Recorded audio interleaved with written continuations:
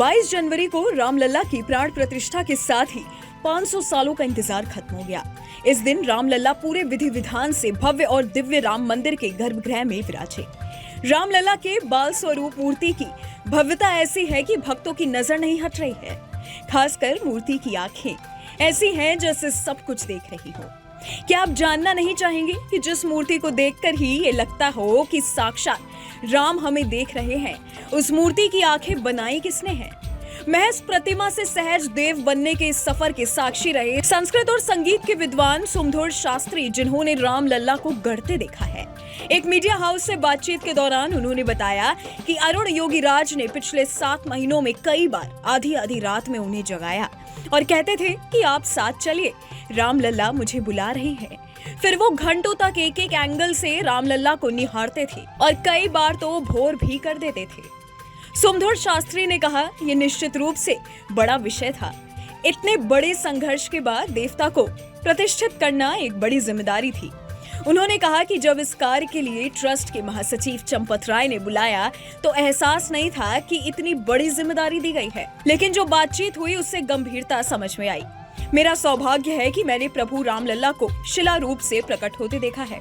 उन्होंने कहा कि मैं विशेष भाग्यवान हूँ कि मैंने रामलला को पहले दिन से बनते देखा है और जो स्वरूप अब सामने आया है तो मैं भाव विभोर हो गया। अरुण योगीराज ने भी कहा कि हमारे रामलला बदल गए। उनके कहने का तात्पर्य ये था कि मैंने जिसको बनाया वो रामलला अब वाकई देवत्व स्वरूप वाला लग रहा है। ये बहुत विभोर थे। सुमधुर शास्त्री ने नेत्र मिलन और नेत्र निर्माण की बारीकियों को भी बहुत विस्तार से बताया। उन्होंने कहा कि प्रतिमा तैयार हो गई, लेकिन प्रतिमा के नेत्र विशेष मुहूर्त में तैयार किए जाते हैं।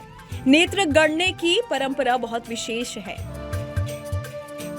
कर्मकुटी की विधान पूजा के बाद सोने की छैनी और चांदी की हथौड़ी से देवता की आंखें गढ़ी गई, बहुत कोमलता के साथ। जब तक नेत्र नहीं बने थे, जब तक मूर्ति का भाव वो नहीं था, लेकिन नेत्र बनते ही उसमें सम्यक भाव, समदर्शी भाव आ गया। ध्यान ये देना था कि रामलला को देखकर ऐसा लगे कि वो सबकी को देख रहे हैं। दशावतार बनने में भी सहज और सरलता का ध्यान रखा है। श्री राम भगवान विष्णु के अवतार हैं, तो उनके आयुधों का भी रेखांकन किया गया है। सूर्यदेव सूर्यवंश का प्रतीक है। नासिक से नाभि की दूरी का ध्यान रखा। इस काम में 7 दिन लगे। राम मंदिर अब आम जनता के लिए खुल चुका है। हर रोज लाखों भक्त रामलला के दर्शन के लिए पहुंच रहे हैं। आपका इस वीडियो के बारे में क्या ख्याल है, हमें नीचे कमेंट सेक्शन में जरूर बताइएगा। बाकी देश और दुनिया की तमाम बड़ी खबरों के लिए आप देखते रहिएगा न्यूज़ नेशन।